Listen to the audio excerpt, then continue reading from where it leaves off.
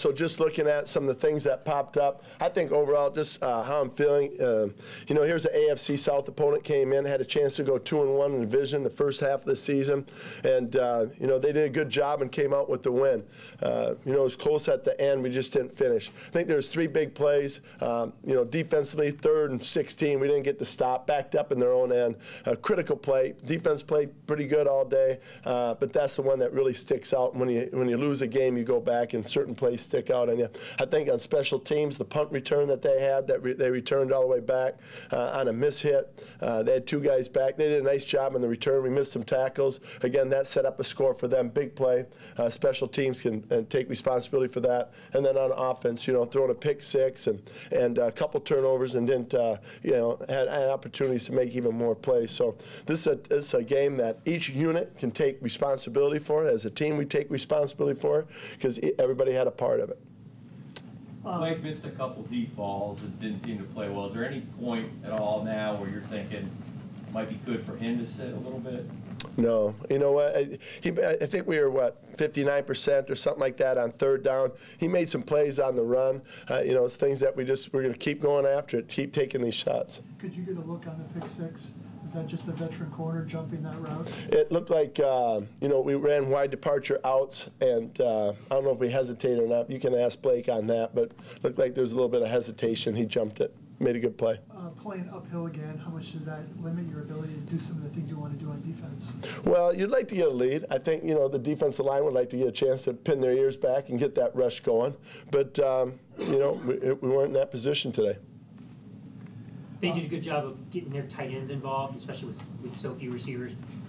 Those guys were wide open on both those touchdowns. Yeah, they did a nice job with some of their cut plays, good design plays. I thought we knew coming into it that they were going to try to get them the ball, both tight ends, I think, together, combined with their leading receivers. So we had an idea that they were going to try to get them the ball. They just did a good job in the red zone. Gus, was there a thought process in mind after the last touchdown of going for the onside instead of just... We talked about, but we felt like if we could get a stop there, with 3 timeouts, if it would have been below the 2-minute mark, we probably would have kicked onside. Was fatigue an issue on that last drive for Houston when they picked up the 3rd and 16 and they picked up the 3rd down after that? I don't believe so, because it was early in the series. It was the first 3rd down, within that drive. Gus, do you see Blake being more accurate in the practices during the week than you do in the game, particularly on the deep balls?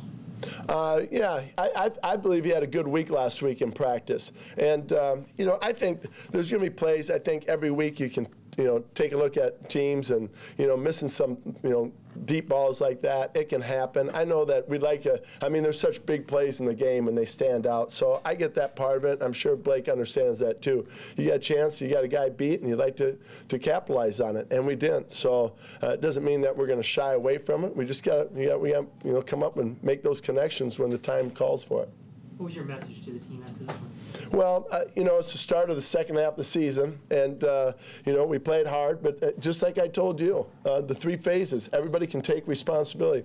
Talent, I think we're a talented team, but talent alone isn't enough. I think that it's talent and work ethic and, guys working together to accomplish this and playing smart and not having foolish penalties and, a combination of things. So, I want them to understand that we still believe them as a talented team, but we're still not doing enough.